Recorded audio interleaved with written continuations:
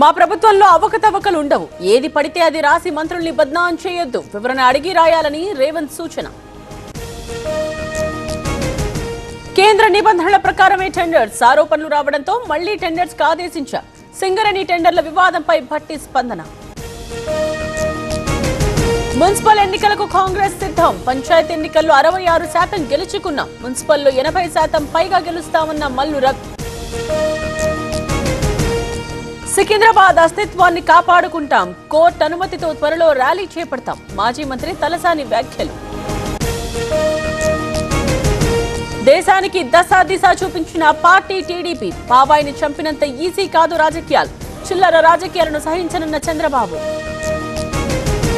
ఎన్టీఆర్ కు హోంమంత్రి అనిత నివాళి. ఎన్టీఆర్ ఢిల్లీని ఢీకొట్టిన తీరు చరిత్రలో నిలిచిపోతుంది. తెలుగు ప్రజల ఆత్మగౌరవానికి గొంతు కన్న అనిత.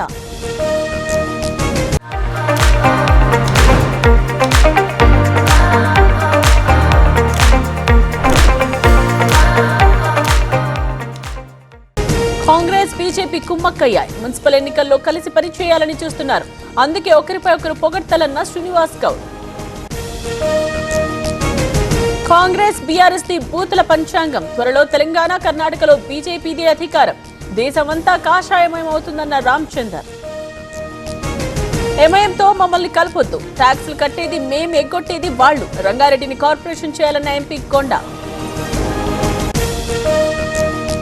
పల్లెల నుండి పట్నం బాటపట్టిన ప్రజలు. విజయవాడ హైదరాబాద్ హైవేపై వాహనాల రద్దీ. నల్లగొండ జిల్లా చిట్యాలలో బారులు తీరిన వాహనాలు. పండుగ ప్రశాంతతను దెబ్బతీయాలని చూశారు. జగన్ అనుచరుల తీరు మారడం లేదు. సల్మాన్ మరణాన్ని రాజకీయం చేశారన్న అనగాని. సిపిఐ 100 ఏళ్ల సంబరాలతో ఎరుపెక్కిన ఖమ్మం. కాసేపట్లో ఖమ్మంలో సిపిఐ బహిరంగ సభకు హాజరు కానున్న సీఎం రేవంత్ రెడ్డి. మేడారంలో కొనసాగుతోన్న రద్దీ. సెలవు దినం కావడంతో తరలి వస్తోన్న భక్తులు. సమ్మక్క సారళమ్మకు మొక్కులు చెల్లింపులు.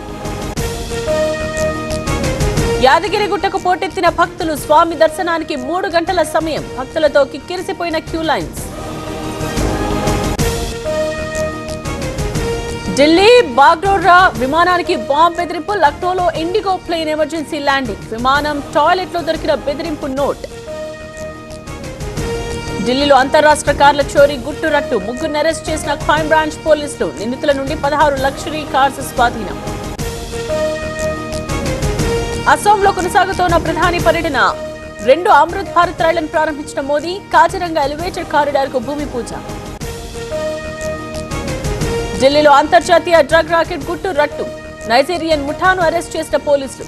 5 కోట్ల విలువైన కొకైన్, ఎండీఎంఏ స్వాధీనం. తమిళనాడులో అయ్యప్ప స్వాములపై దాడి కేసు. సరిహద్దుల్లో కన్నడ జాగృతి వేదిక నిరసన.